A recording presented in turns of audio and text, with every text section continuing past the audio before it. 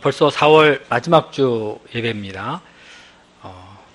4월이 시작된 게 바로 엊그제 같은데 벌써 4월 가고 이제 5월이 옵니다. 시간이 얼마나 빨리 흐르는지 생각하면 갑자기 가슴이 덜컥 내려앉고 야, 내가 뭐 했나? 나 앞으로 무엇을 해야 되는가? 이런 생각을 안 할 수 없게 됩니다.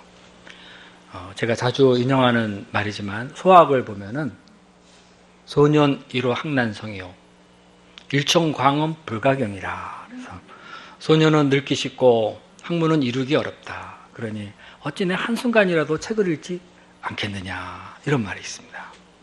우리 학생들뿐만 아니라 우리 모두 열심히 책을 읽고 배우면서 성장해야 되겠습니다.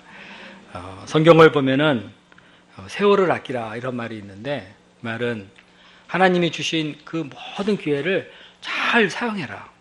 그래서 하나님께 유익이 되는, 또 영광이 되는 그런 삶을 살라는 뜻입니다. 우리가 날마다 순간순간마다 시간을 아껴가면서 주와 복음을 위해 열심히 배우면서 일할 수 있기를 기도합니다. 오늘 말씀의 제목은 주 예수의 이름을 위하여입니다.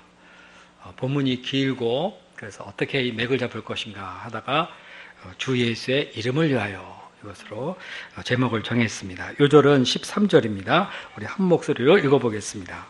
자, 시작. 바울이 대답하되 여러분이 어찌하여 울며 내 마음을 상하게 하느냐? 나는 주 예수의 이름을 위하여 결박당할 뿐 아니라 예수님께서 죽을 것도 각오하였노라. 기도하겠습니다. 은혜로우신 하나님 아버지, 오늘 거룩하게 예배를 드리게 도와주셔서 감사합니다. 이 시간 저희가 마음속에 있는 모든 것을 다 내려놓고 오직 주님만을 바라보게 하시고 주의 말씀에 귀 기울이게 도와주시기를 간절히 기도합니다. 그래서 우리가 마음의 양식을 얻고 힘을 얻고 또 한 주의 방향을 잘 잡을 수 있도록 도와주시기를 간절히 기도합니다. 이 시간 또 제가 준비한 말씀을 잘 증거할 수 있도록 성령께서 도와주시옵소서. 예수님의 이름으로 기도했습니다. 아멘. 우리는 이제까지 사도 바울이 아시아와 마케도니아, 또 헬라 지역에서 어떻게 복음을 전했는가를 배웠습니다. 사도 바울의 선교 열정이 얼마나 뜨거웠는지 그 열심과 믿음을 통해서 우리도 마음이 뜨거워졌습니다. 그런데 오늘 본문 21장부터는 사도 바울의 활동이 예루살렘으로 옮겨갑니다. 그는 거기서 동족들에게 맞고 또 이방인에게 결박을 당해서 이리 끌려가고 저리 끌려가는 등 많은 어려움을 겪습니다. 그런데 바울은 이 모든 것을 이겨가면서 이런 가운데서도 굳굳하게 자기의 사명을 감당합니다. 이런 이야기는 그가 로마에 압송되기 전인 26장까지 계속 전개됩니다. 사도 바울의 삶은 한마디로 불굴과 열정의 삶이었다, 이렇게 말할 수 있습니다. 이런 것은 우리가 인간적으로 가만히 살펴보면 참 이해하기 어렵습니다. 사도 바울은 도대체 어떤 사람이길래 이런 삶을 살 수 있었을까? 그의 삶의 인생의 목표는 무엇이었는가 생각하게 됩니다. 오늘 본문을 보니 주 예수의 이름을 위하여 라는 이 한마디가 그의 마음속에 뜨겁게 자리 잡고 있음을 알 수 있습니다. 이 시간 우리가 이것에 대해서 함께 생각해 보겠습니다. 그리고 이것을 통해서 우리도 바울과 같은 아주 분명한 인생 목표를 가지고 열정과 믿음으로 우리 주님 앞에 살 수 있기를 간절히 기도합니다. 제1장 예루살렘에 올라간 바울. 바울은 밀레도에서 에베소 교회의 장로들과 작별한 후에 고스, 로도, 바다라 등 여러 곳을 거쳐서 가이사라에 도착했습니다. 가이사라 빌립보에는 예루살렘 교회의 7집사 중에 한 사람이었던 빌립 집사가 살고 있었습니다. 그는 거기에 머물렀습니다. 이때 유대로부터 아가보라 하는 선지자가 바울이 왔다는 소식을 듣고 찾아왔습니다. 그는 집에 들어오자마자 바울의 허리띠를 가져다가 자기의 수족을 칭칭 묶고 성령이 말씀하시되 예루살렘에서 유대인들이 이같이 이 띠 임자를 결박하여 이방인의 손에 넘겨주리라 하고 예언하였습니다. 그러자 사람들은 그러지 않아도 걱정이 많았는데 선지자까지 와서 이렇게 말을 하니까 바울이 어쩌든지 예루살렘에 올라가지 말기를 원했습니다. 바울 목사님, 위험하니까 올라가지 마십시오. 아직 할 일이 참 많이 있습니다. 몸을 보호하셔야 됩니다. 그러나 이때 바울은 어떻게 대답했습니까? 우리 13절 말씀을 다시 한번 읽어보겠습니다. 자, 시작.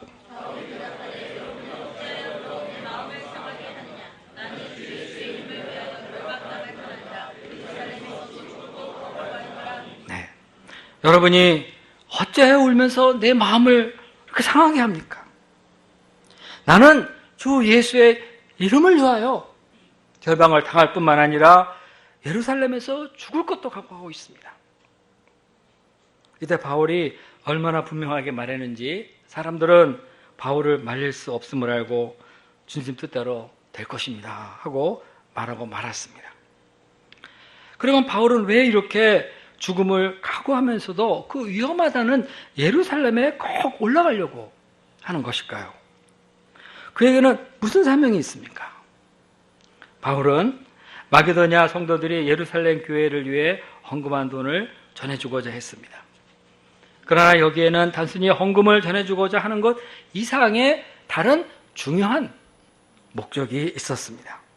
그것은 이방 교회와 예루살렘 교회가 하나 되게 하기 위한 것입니다. 우리가 잘 알듯이 유대인들은 조상 때부터 자기들이 거룩한 율법을 받은 하나님의 백성이라는 아주 강한 선민의식을 가지고 있었습니다. 이런 그들은 예수님을 믿으면서도 여전히 율법을 열심히 지키고 있었습니다. 그리고 다른 이방 민족에 대해서 우월의식과 자부심을 가지고 있었습니다. 그들은 똑같이 예수님을 믿으면서도 이방 교회 사람들보다는 우리가 좀 더 높은 수준에 있다, 이런 생각을 했습니다. 만일 이것이 계속 간다면은 똑같은 예수님을 믿으면서도 예루살렘 교회와 이방 교회는 점점 거리가 멀어질 것이고 나중에는 아주 갈라져 버리고 말 것입니다. 이에 대해서 바울은 아주 깊은 문제의식을 가지고 어떻게 하든지 이 이방 교회와 유대 교회가 그리스도 안에서 하나 되게 해야 되겠다 하고 결심을 한 것입니다. 그는 에베소서 1장 10절에서 이렇게 말했습니다. 예수님이 이 땅에 오신 것은 하늘에 있는 것이나 땅에 있는 것이나 다 그리스도 안에서 통일되게 하려 합니다. 그래서 그는 유다의 흉년이 들었을 때 이것을 위해서 마케도냐와 고린도 등 이방교회 성도들이 예루살렘 교회를 위해 헌금하게 하고 자신은 이것을 가지고 예루살렘 교회의 이방 형제들의 사랑을 전해주고자 했습니다. 이렇게 해서 서로가 우리는 그리스도 안에서 같은 형제예요, 하나라는 의식을 심으려고 한 것입니다. 그런데 예루살렘에는 이미 바울에 대한 나쁜 소문이 퍼져 있었습니다. 그것은 바울이 이방 땅에서 복음을 전할 때 그곳에 있던 유대인들이 예루살렘에 올라올 때마다 바울이라는 놈이 있는데 그 놈이 회당을 다니고 곳곳을 다니면서 율법을 반대하고 할례를 안 받아도 된다 이렇게 가르치고 있다 하는 이런 잘못된 소문을 퍼뜨렸습니다. 이런 말을 들은 유대인들은 바울이 놈 나타나기만 해봐라 하면서 이 바울을 원수 삼고 어쩌든지 잡아서 없애려고 벼르고 있었습니다. 정말 그는 이번에 예루살렘에 올라갔다가 결박되어서 더 나아가서는 죽을 수도 있습니다. 그러나 바울은 이런 상황을 알면서도 교회의 하나됨을 위하여서 기어이 올라가고자 하는 것입니다. 나는 주 예수의 이름을 위하여 결박당할 뿐만 아니라 예루살렘에서 죽을 것도 각오하였다. 교회사를 보면은 교회에 큰 감동을 주고 교회의 믿음을 이끌어간 사람들을 보면은 이렇게 주 예수의 이름을 위하여서 죽을 것도 각오한 종들이었음을 알 수가 있습니다. 멀리 갈 것도 없습니다. 우리나라에 주기철 목사님이 계십니다. 목사님은 일제 신사 참배 강요의 불굴의 믿음으로 맞서 싸우면서 결박을 당하고 끌려가고 옥에서 모진 고통의 옥고를 치르셨습니다. 무엇보다도 주기철 목사님은 내가 쓰러지면 교회가 쓰러진다 이러면서 교회를 지키기 위해서 일사각오로 그런 투쟁을 하면서 결국 순교하고 말았습니다. 손영원 목사님 역시 신사참배의 유혹과 아주 치열하게 싸우면서 믿음을 지키셨습니다. 해방 후에는 여수 예양원에서 나병 환자들을 섬기면서 늘 주님을 사모하면서 사셨습니다. 이 손양원 목사님의 고대가가 있는데 아십니까? 고대가 고려대학교를 위해서 불렀다는 것이 아니라 예수님을 고대하면서 지은 노래입니다. 낮에나 밤에나 눈물 머금고 내 주님 오시기만 고대합니다. 가실 때 다시 오마 하신 예수님 오 주님 언제나 오시렵니까? 리허설 할 때는 이러지 않았는데 여기에 쓰기 바라면 할 때 하나님께서 저를 울게 하십니다. 이 노래를 우리가 따라 부르다 보면은 이분이 얼마나 예수님을 사모하고 예수님께 충성을 하며 살고자 했는지를 알 수 있습니다. 이분은 6.25 때 피난 갈 수도 있었지만 내가 양들을 버리고 갈 수 없다. 그러면서 애양원에 나와 있다가 결국 인민들에게 결박되어 끌려갔습니다. 그런 이러는 중에서도 그들에게 어쩌든지 복음을 전하면서 예수 믿고 구원받아야 된다고 전하다가 정 개머리판에 무자박하게 맞고 결국에 총에 맞아 죽으셨습니다. 이런 분들의 믿음은 한국교회에 큰 감동을 주고 교회가 주 예수 그리스도에 대한 믿음 아래 아주 굳게 서게 하였습니다. 이런 분들의 헌신과 고난, 이 순교의 정점에는 그 이름을 위하여라는 아주 분명한 목표가 있었고 역으로 그 이름을 위하여라는 이런 분명한 목표가 있었기 때문에 어떤 고난도 죽음의 위협이 있어도 예수님을 위한 일편단심 일사각오의 믿음으로 승리할 수 있었습니다. 우리가 이런 믿음의 선진들을 갖게 된 것에 대해서 아주 깊이 감사해야 되겠습니다. 그리고 이런 분들의 신앙을 잘 배워 나가야 할 것입니다. 우리가 신앙생활을 하면서 무엇을 위해서 내가 살아야 하는지, 오늘도 내일도 내 인생 전체를 위해서 내가 무엇을 위해서 살아야 되는지 분명한 목표가 없다면 이는 참으로 슬픈 일이 아닐 수 없습니다. 만약 그렇게 된다면 우리는 매번 주여 주여 하고 말은 하지만 이것저것 하다가 향방 없이 삶을 허비하고 말 것입니다. 그러나 우리가 사도 바울과 같이 이런 목사님들과 같이 그 이름을 위하여라는 아주 분명한 인생 목표가 있다면은 신앙생활에 목표가 있다면은 우리는 분명한 방향을 가지고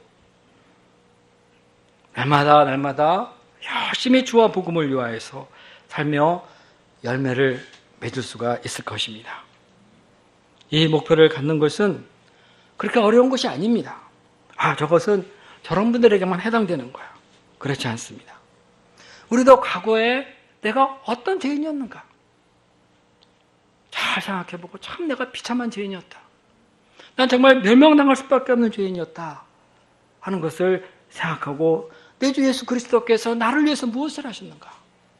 십자가에서 피 흘려 정말 처절하게 죽으신 것을 생각할 때 우리는 자연히 내가 이제 무엇을 위해 살아야 되겠는가 하는 이런 방향을 분명하게 잡을 수가 있습니다.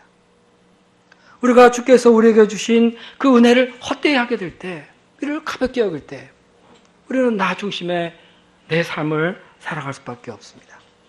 그러나 예수님께서 나를 어떤 죄 가운데서 어떻게 구원하셨는가, 그리고 이 주님께서 마지막 날 나를 어떻게 축복해 주실 것인가, 이것을 생각해 본다면 우리도 그 이름을 위하여라는, 주 예수의 이름을 위하여라는 분명한 목표를 설정할 수 있습니다.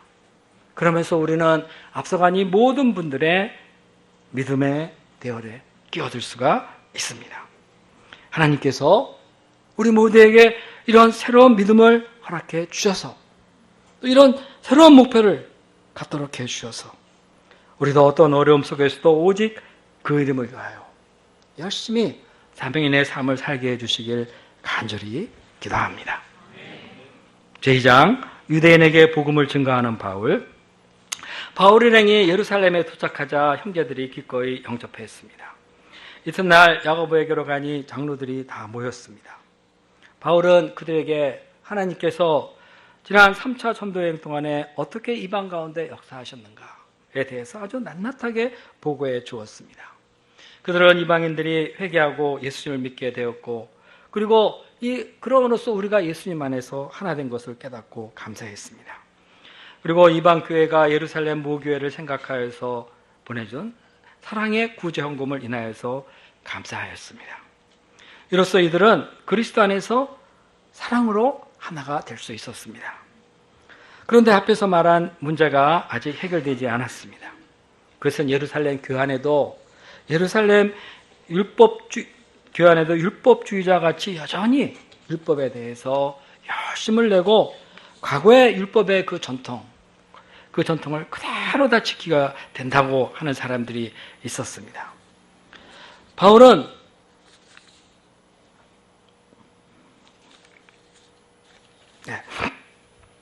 바울은 이런 문제를 해결해야만 유대 교회와 이방 교회가 실제적으로 하나가 될 수 있다 하고 생각을 하였습니다.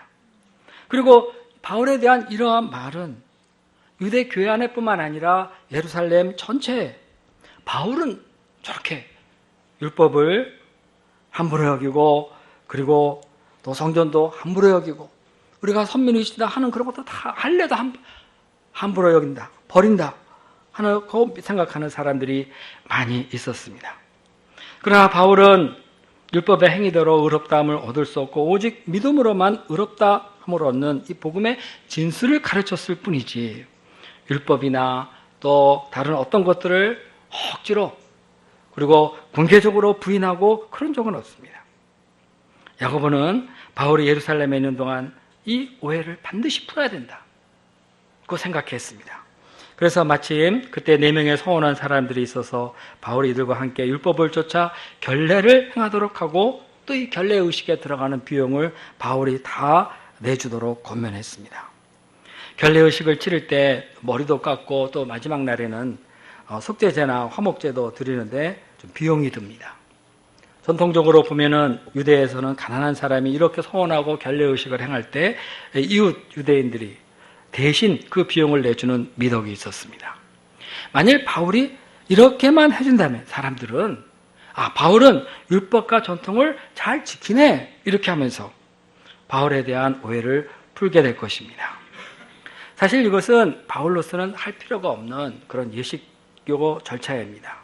그러나 바울은 자기가 복음을 섬기는 데 있어서 이런 것 때문에 방해받을 필요가 없다 이렇게 생각을 해서 야고보 회장이 좋은 대로 다 해주기로 하였습니다. 자, 그런데 결례 마지막 때에 바로 이때에 공교롭게도 바울이 아시아에서 복음을 전할 때 바울을 따라다니면서 괴롭히던 유대인이 그 바울이 지금 성전에 있는 것을 본 것입니다. 그들은 바울이 에베소에서 데리고 온 그 드라비모라는 사람이 이 시내에 있는 것을, 같이 시내에 있는 걸 보았는데 오늘 바울이 성전에 있다. 야, 바울이 그 이방인들을 성전에 데리고 들어왔구나. 성전을 더럽혔어. 이러면서 바울에 대한 분노를 가졌습니다. 그러면서 사람을 선동해가지고 이스라엘아 도라 이러면서 바울에게 다 같이 달려들어 바울을 잡아 성전 밖으로 끌고 나가서 죽이려고 했습니다. 바울은 이때 엄청 맞았습니다. 사람에게 둘러싸여서 막 주먹으로 맞고 발로 걷어차이고 정말 많이 맞았습니다. 자칫 조금만 더 시간이 갔다면 그는 죽었을지도 모릅니다. 근데 마침 이 소요의 소식을 듣고 천부장의 군대를 끌고 와서 유대인들을 제지하고 바울을 쇠사슬로 결박해 체포했습니다. 그리고 왜 이런 일이 벌어졌는가 하면서 바울을 영내로 데려가고자 했습니다. 바울은 정말 겨우 살아났습니다. 바울은 이때 어떤 생각을 했을까요? 그는 맞아서 온몸이 막 욱신거리고 아픈 이런 가운데서 비록 자기 동족들에게 둘러싸여 이런 수모와 고초를 겪는 중에서도 자기를 구해주신 예수님을 생각하고 그 이름을 위해서 이 무지한 동족들에게 내가 어떻게든지 복음을 전해야 되겠다, 이런 생각을 했습니다. 그는 그들에게 맞아가면서도 동족에 대한 목자의 심정을 가진 것입니다. 그래서 바울은 영내에 들어가는 층계에 올랐을 때 헬라말로 천부장이 알아들을 수 있게 말을 해 기회를 얻어서 자기를 따라오면서 저놈 죽여라 죽여라고 외치고 있는 유대인들에게 복음을 증거하고자 했습니다. 자, 이거 얼마나 위험한 일입니까? 지금 상황이 그렇습니다. 말 조금만 잘못했다가는 군대를 다 뒤집어 엎어버리고 그에게 달려들어서 그는 한순간에 죽어버릴 수도 있습니다. 그러나 그는 주님께 받은 사명, 곧 이 은혜의 복음을 증거하는 데 있어서는 자기 목숨을 조금도 귀하게 여기지 않았습니다. 바울은 층계에서 서서히 쇠사슬에 손이 메어서 있는 가운데도 백성들에게 손짓을 해서 조용하게 만들고, 이번에는 그들이 알아들을 수 있는 히브리 말로 간증 메시지를 전했습니다. 이 메시지는 어쩌든지 자기를 내가 왜 이러는지 유대인들에게 이해시키고 또 이것을 통해서 예수님을 그들에게 소개하고자 하는 간절한 마음이 담긴 것입니다. 먼저 그는 자기가 과거 유대교에서 아주 신실한 충실한 사람이었음을 말했습니다. 자기는 유대인으로서 길리아 다소 출신이요 가말리알의 최고 이 명문가에서 엄한 유대 율법의 훈련을 받았다고 했습니다. 그리고 자기는 기독교를 박해하고 사람을 죽이기까지 하면서 남녀를 결박해 옥에 가두고 또 이것도 모자라서 성에 안 차서 대제사장에게 그리고 장로들에게 대제사장에게 공문을 받아서 저 다메섹까지 가서 내 예수 믿는 사람 다 잡아와가지고 옥에 가두겠다 결심을 하고 갔다고 했습니다. 여기까지의 이 바울의 말은 나는 세상 누구보다도 정통 유대인으로서 유대교에 대해서 이런 열심을, 아주 특심한 열심을 갖고 있던 사람입니다 하는 말입니다. 그런데 그는 자기가 다메섹 가까이 갔을 때 오정쯤 호련히 하늘로서부터 큰 빛이 자기를 둘러 비추어서 자기가 땅에 엎드러졌다고 했습니다. 그때 사울아 사울아 왜 네가 나를 핍박하느냐 하는 소리가 들려 주님 누구십니까? 하고 물었습니다.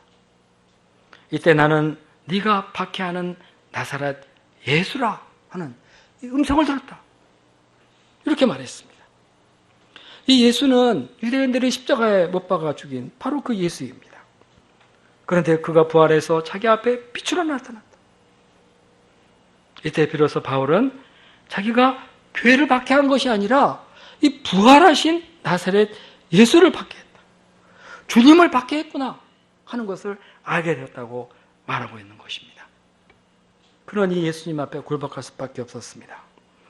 이 순간 그동안 자기가 무지한 열심 속에서 정말 아주 이 하나님 앞에 주님 앞에 큰 잘못을 했다 하는 것을 깨달았습니다. 예수님은 주님이셨습니다. 이것은 바울에게 참으로 충격적인 사실이었습니다.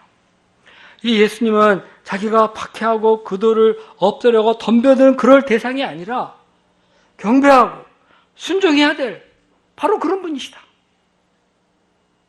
이렇게 말하고 있는 것입니다. 그래서 그는 이때 놀라고 어쩔 줄을 몰라서 이렇게 말했습니다. 10절 전반부를 보십시오. 내가 이르되 주님 무엇을 해야 합니까? 내가 이제 무엇을 해야 됩니까?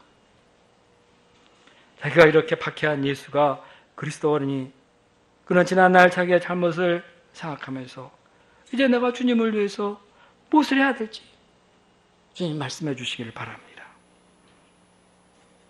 그는 이렇게 묻지 않을 수 없었습니다. 근데 이제 어떻게 살아야 됩니까? 사실 이것은 우리 모두에게도 해당되는 말씀입니다. 우리에게 예수님은 주님이십니까? 우리가 마땅히 복종하고 따라야 될 그런 분이십니까? 그렇다면 우리도 바울처럼 정말 진지하게 물어봐야 됩니다. 주님, 무엇을 해야 합니까? 많은 사람들이 예수님을 주님이라고 부르고 있지만 이 주님에 대한 생각이 자기중심적입니다. 주님, 내가 이제 무엇을 해야 됩니까? 이렇게 묻기보다 주님, 저를 위해서 무엇을 해주시겠습니까? 이렇게 묻습니다. 나 이거 힘들고 저거 힘든데 나를 축복해 주십시오. 이거 주십시오. 저거 주십시오. 그러나 참된 신앙은 주께서 내게 무엇 해 주시기를 기대하기보다는 먼저 내가 이 주님 앞에서 섰는데 이 주님을 위해서 내가 무엇을 해드려야 되는가? 지금 주님이 내게 원하시는 것이 무엇인가? 그것에 대해서 생각하고 묻는 것입니다. 우리가 날마다 하루가 시작될 때 주님, 오늘 제가 무엇을 해야 합니까? 묻고 출발할 수 있기를 간절히 기도합니다. 이러면서 우리의 삶이 내 중심이 아니라 예수님 중심, 주께서 주신 사명 중심의 삶이 되기를 간절히 기도합니다. 자, 그런데 바울의 이 간증은 간접적으로 지금 자기 앞에 있는 유대인들을 겨냥한 말입니다. 그러니까 단순하게 내 간증만 하는 게 아닙니다. 그것은 여러분들도 지금 유대교에 대한 열심을 가지고 나를 박해하고 심지어 죽이고자까지 하는데 그건 역시 나 같은 무지에서 나온 것입니다. 이제 그 잘못을 깨닫고 이 주님 앞에 나와야 합니다. 그는 이렇게 자기 간증을 하면서 자기에게 덤벼들고 있는 유대인들에게 당신들 회개해야 됩니다 하고 도전하고 있는 겁니다. 이 사실은, 그런데 사실 지금 이 순간에 이 말을 하는 것은 얼마나 위험한 일입니까? 바울은 이렇게 말하다가 정말 어떻게 될지 모릅니다. 그들의 지금 속을 긁어놓고 있는 것 같은 그런 말을 하고 있습니다. 자기 말에 유대인들이 흥분돼서 달려들어 그는 정말 당장이라도 죽을 수 있습니다. 분위기가 그렇습니다. 그러나 그렇다 하더라도 그는 내가 지금 당장 죽더라도 이 죽기 전에 내 동족들에게, 내 동족 유대인들에게 예수님은 주님이시다, 이 한마디는 분명히 하고자 결심하고 있는 겁니다. 어떤 여가수가 후두암에 걸렸습니다. 이에 수술을 하면은 이 후두부를 제거해야 되는데 그러면 더 이상 목소리가 나오지 않습니다. 더 이상 아름답게 노래를 부를 수가 없습니다. 이때 가수의 슬픔이 어떠하겠습니까? 수술에 앞서서 담당 의사가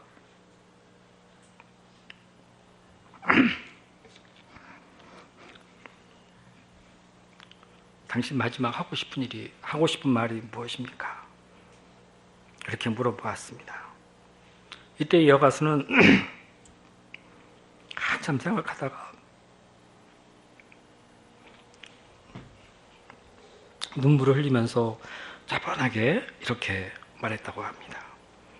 예수님 사랑합니다.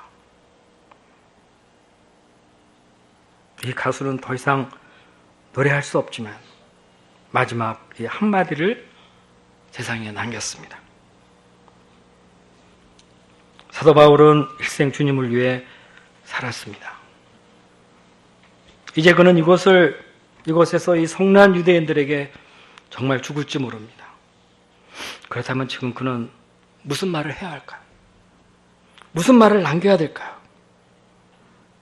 예수님은 주님이십니다. 바울은 최소한 이 한마디 말을 그들에게 남기고자 했습니다.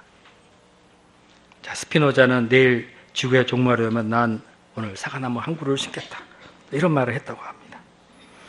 우리는 내일 이 세상을 떠난다면 내가 오늘 만나는 사람에게 무슨 말을 남기겠습니까? 무슨 말을 남기고 떠나겠습니까? 예수님은 주님이십니다. 우리 입술의 말은 정말 얼마나 중요한 것입니까? 자, 이제 계속 보겠습니다. 자, 바울은 이렇게 주님 무엇을 하리까 하고 물었을 때 예수님은 다메섹으로 들어가서 내가 보내는 아나니아의 말을 듣고 그에게 순종하라 이렇게 하셨습니다. 바울은 이 아나니아는 율법을 따라 경건하게 사는 사람으로서 모든 유대인들에게 칭찬받는 사람이라고 했습니다. 이 말은 바울은 이 말을 통해서 우리는 율법을 무시하는 그런 사람들이 아니다 하고 간접적으로 말한 것입니다. 그리고 그는 아나니아가 자기에게 한 말을 전해 주었습니다. 그것은 바울 자기가 우리 조상의 하나님으로부터 택함을 받고 하나님의 뜻을 알게 되고 그 의인 곧 나사렛 예수 그리스도를 보고 그 음성을 듣게 되었다. 그리고 이제 모든 사람을 위하여 너는 예수 그리스도의 증인이 될 것이다 하는 그 말을 들었다고 하였습니다. 그리고 그는 아나니아의 지시를 따라서 세례받고 죄를 씻었다고 하였습니다. 이후 바울은 자신이 예루살렘 성전에 올라가 기도했는데 이때 주께서 환상 중에 나타나셔서 이런 말씀을 했다고 했습니다. 바울아, 내가 예루살렘에서 아무리 나에 대한 말을 한다고 해도 사람들은 듣지 않을 거다. 그때 바울이 어떻게 말했습니까? 아니, 제 말을 안 듣기는요. 그들은 내가 스데반이 피를 흘릴 때 그 곁에 서서 찬성하고 그 사람들이 죽이는 그 사람들의 옷을 지켜준 증인입니다. 사람들은 내가 얼마나 유대교를 위해 살고 있었는지, 충성을 하는지 알고 있습니다. 주님, 다른 사람은 몰라도 내가 주님을 증거하면 그들이 들을 겁니다. 바울은 이렇게 자신 있게 말했지만은 예수님은 이렇게 말씀하셨습니다. 떠나가라. 내가 너를 멀리 이방인에게로 보내노라. 이 말은 다름 아니라 유대인들은 완악하기 때문에 네 말 안 들을 거다. 그러니까 너 이방인에게 가라. 이렇게 말한 것입니다. 그래서 바울은 자기가 왜 이방인에게 복음을 전하게 되었는지 말한 것입니다. 자, 이 말을 이제까지 들은 유대인들의 반응이 어떻겠습니까? 그래, 주님이 나타나서 우리가 이래저래해서 우리가 말을 안 들었기 때문에 주님이 우리를 버리고 너를 이방인에게 보냈다고? 듣다 보면은 화가 엄청나는 말입니다. 유대인들의 반응이 어떻습니까? 실제 이때까지 참고 듣고 있던 유대인들이 마침내 뚜껑이 열려가지고 그 말을 중단시키고 이런 놈은 세상에서 없애버려야 된다. 단순하게 내가 너를 멀 이방인에게 보내겠다. 이 말 한마디로 지금 이들이 이렇게 화가 난 게 아닙니다. 그 앞에서 계속해서 유대인들의 문제를 지적하고 하나님의 뜻이 이렇다고 말을 하고 거기다가 그들이 말 안 들을 거니까 너 이방인에게 가라. 이렇게 말을 하니 얼마나 화가 나겠습니까? 이런 놈은 없애버려야 된다. 하면서 뭐 던질 게 없으니까 옷을 벗어서 막 던지고 뭐 없나 해가지고 또 흙을 들어가지고 흙을 막 던져가면서 바울을 잡아 없애고자 했습니다. 아니, 주께서 그 개돼지 같은 이방인들에게 가라고 했다고? 바울은 자기가 주께로부터 직접 말씀을 받았다고 말을 하지만 유대인들은 이 말을 조금도 인정할 수 없었습니다. 이렇게 말하는 그들은 제대로 된 주님은 이방인에게 사람을 보내지 않아. 그러나 이로써 바울은 하나님께서 자기를 통해 이방인 선교를 하고자 하신다는 큰 뜻을 두고 있음을 증거하였습니다. 그래서 내가 온 세상을 다니면서 복음을 전하고 있는 것이다. 이 주님은 유대인의 주님일 뿐만 아니라 모든 이방인들의 주님이시기도 하다. 이 예수님은 만민의 구주다. 이렇게 선포한 것입니다. 사태가 이렇게 되자 천부장은 바울을 영문 안으로 데리고 들어갔습니다. 그리고 사람들이 왜 바울에 대해 떠드는지 알고자 해서 백부장에게 그를 채찍질에 신문하게 하려고 했습니다. 이때 바울은 자기가 로마 시민인데 왜 재판도 하지 않고 죄를 정하면서 치려고 하느냐고 항의했습니다. 바울은 로마법을 잘 알고 있어서 이 위기를 이렇게 지혜롭게 벗어났습니다. 자, 이상에서 살펴보았듯이 사도 바울의 전도의 열정은 우리에게 정말 큰 감동을 줍니다. 어떻게 저렇게 죽음을 각오하고 예루살렘에 들어와서 사명을 감당하고 있는지, 어떻게 저렇게 방금 자기를 잡아 끌고 가 사정없이 린치를 가하고 있던 그러면서 죽이려고 했던 유대인들 앞에서 모든 걸 다 털어내고 오직 예수 그리스도 한 분만을 증거하고자 했는지 그 열정과 믿음이 다만 놀라울 뿐입니다. 주 예수의 이름을 위하여. 이 한마디가 모든 것을 설명해 주고 있습니다. 자, 살펴보면 우리는 열정과 믿음이 사라진 시대 속에서 신앙생활을 하고 있지 않은가 되돌아보게 됩니다. 우리가 믿음으로 산다고 하지만 주 예수의 이름을 위하여라는 이 한 가지 목표가 많이 흐려진 것은 아닌가 반성해 보아야 할 것입니다. 우리가 왜 그 이름을 위하여 살아야 할까요? 예수님은 누구시며 우리를 위해 무엇을 하셨고 그로 말미암아 우리가 누리게 된 은혜와 축복은 무엇인가? 이것을 생각할 수 있다면 우리는 내가 이제 무엇을 위해서 누구를 위해 살아야 하는지 분명히 깨달을 수 있을 것입니다. 우리가 이번 한 주 이것에 대해서 다시 한번 깊이 묵상하면서 주 예수의 이름을 위하여라는 이 삶의 목표를 뜨거운 마음으로 다시 굳게 잡을 수 있기를 간절히 기도합니다. 기도하겠습니다.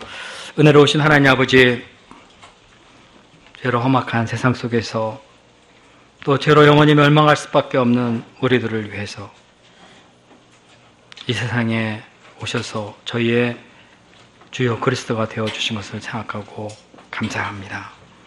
우리 주님은 지옥에 던져질 수밖에 없었던 우리들을 위하여서 십자가에 못 박혀 피 흘리시며 죽으셨습니다. 이 구원의 은혜가 얼마나 감사한 것인지 우리가 생각하게 도와주시고 이제 우리가 무엇을 위해 살아야 되는지 방향 잡게 도와주시기를 간절히 기도합니다. 우리 마음에 주 예수의 이름을 위하여라는 이 목표가 식어진 것을 불쌍히 여겨주시고 다시 한번 주님을 생각하면서 그 은혜를 생각하면서 이 목표를 굳게 잡을 수 있도록 도와주시옵소서. 예수님의 이름으로 기도했습니다. 아멘.